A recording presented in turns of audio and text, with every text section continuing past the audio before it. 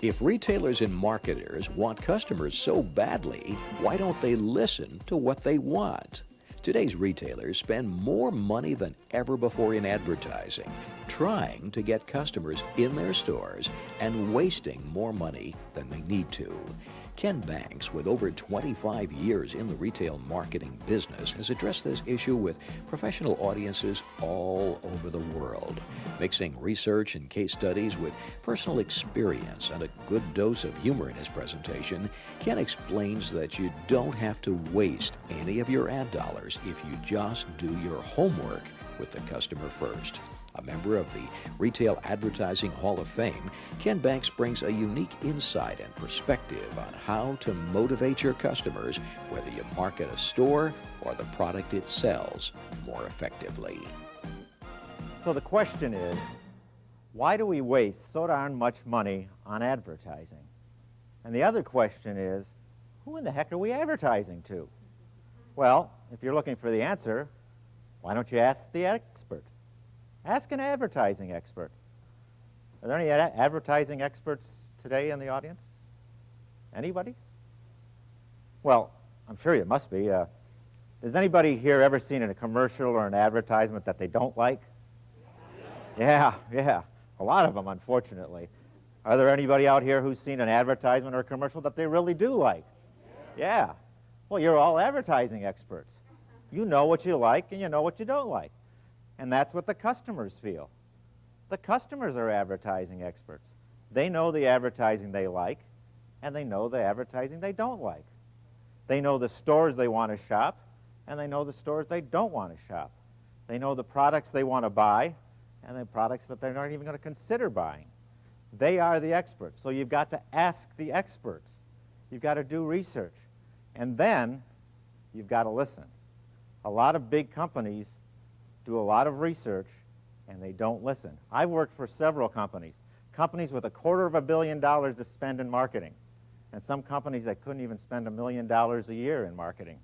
And they're all obsessed with one thing, making the dollar work harder, their advertising money work harder. And they don't listen to the customer. Let me give you an example. I worked for Eckerd Drugs for 15 years, 1,762 stores all over the Southeast. They spent a lot of money, and they spent a lot of money on research. We talked to 6,000 customers in all of our key markets, and we said, what brings you into the store? What is it that you like about the store? You know what?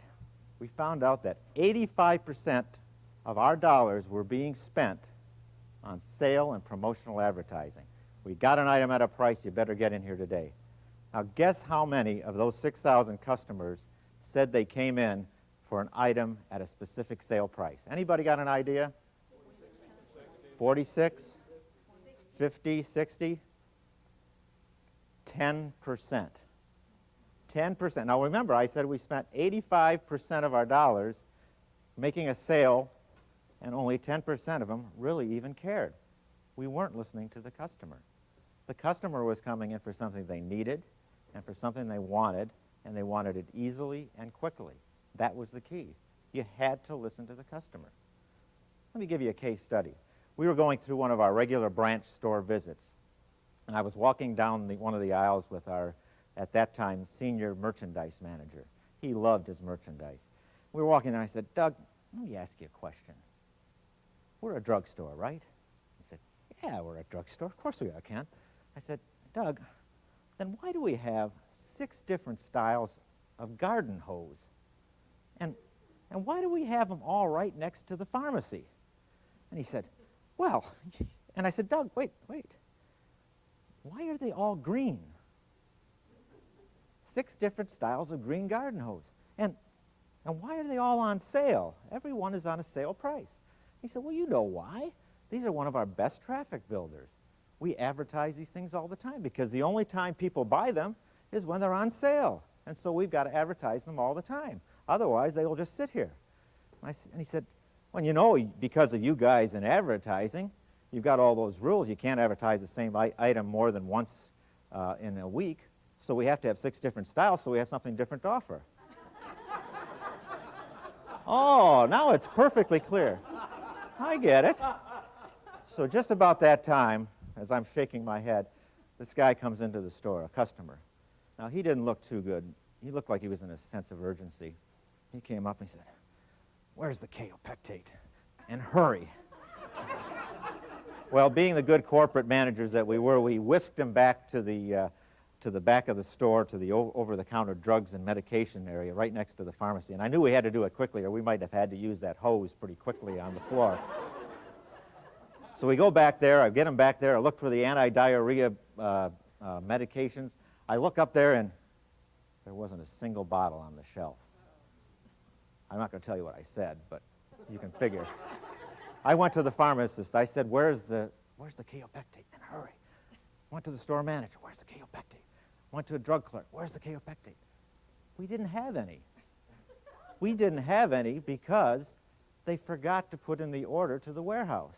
And why? Because they were filling the shelves with all that advertised merchandise. They didn't have time to order the stuff that we needed. So I said, this is just ridiculous. Well, the customer did too. He ran out of the store, literally. And you know what? He probably went across the street to Walmart. And on his way out, he didn't even stop to look at the garden hose we had on sale. Ken has a unique ability to really kind of connect with the customers, and the customers being obviously the audience out in the out there in a world sometimes that you can't even see people. But he has got that unique ability to be able to get there and make that connection and get his point across in a real well. It's a pleasure to talk about Ken Banks. I've been in his audience a lot of times, and this is a man who not only knows what he's talking about, but can communicate it, and that's the difference. You've all seen plenty of people with plenty of experience, and it doesn't come across live. Well, this does. I've worked with him, too, so I know about the content. This is a good recommendation. I hope you meet him. The one thing about Ken when he does speak is that he really is able to meld many of the things that the audience wants to hear with unique insights that he's developed over the years of being in retail and in marketing and as a public speaker. And he's able to get those thoughts across to the audience in a very cohesive way. Ken Banks is a great speaker. Ken Banks is a great speaker because he cares about people. He knows his subject. He's a great merchant and he's a great retailer. One thing I found about Ken, that every time I've heard him speak, he always gave me that one big idea that I could always use in our company to make things better. So what we're trying to talk about today is how do we save money and make our dollars more effective in an increasingly more competitive retail marketing world out there. You know, John Wanamaker, over 50 years ago, was the head of a pioneering department store in Philadelphia. And John Wanamaker said, "I know that half of my advertising dollars are wasted. The trouble is, I don't know which half." That's the problem back then. And it may have been all right back then when John Wanamaker was starting his stores. But in today's increasingly competitive, multi-store environment that we're in, we cannot afford to waste half our dollars. Let me illustrate. Does anybody have a dollar bill out there that I can borrow? Jeff, yeah, that'd be great. Jeff, looks like you've been holding on to that dollar bill for a long time. We can't afford to waste any of this dollar. We certainly can't afford to waste the half that John Wanamaker talked about. Because if we do, it really wastes our money. Here, Jeff, you can have the good half. Keep that. It'll be good for something someday. But this is the half a dollar that we're talking about. This is the half a dollar that we're wasting when we don't do good advertising. Well, how do we waste our advertising dollar?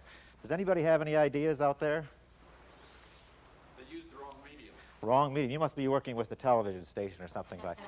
Exactly. If we're using the medium that doesn't reach the person we want, well, we're just wasting more of our ad dollar. What other ideas on how we waste it? Yes, sir. The wrong customer. Talk to the wrong customer. Absolutely. How many times have we seen commercials that are targeted for a woman, for example, and we're on the Super Bowl or in a sports event or in a NASCAR event? Is that right? I mean, does Robin Leach really talk to people who are putting a Meineke muffler on their car? I'm not sure that they are. They're talking to the wrong customer. They're not targeting their message. Any other ideas how we waste it? They copy their competitors. Copy their competitors. Somebody once called it emulitis. And that was the thing of just doing whatever the competition's doing. Absolutely. Wasting money by copying the competition. What else? They do dumb ads. Dumb ads. There certainly is a lot of it. Creativity is certainly part of that. We're doing ads that insult the consumer, or silly ads that are just insult them and bore them, or just ads that don't make any sense. Why do that kind of advertising? Because if you're doing it, you're insulting them. I would add another thing into that, because I hear it a lot whenever I talk to people, and that is, let's just do it like we did last year. I mean, it worked then. If it ain't broke, what?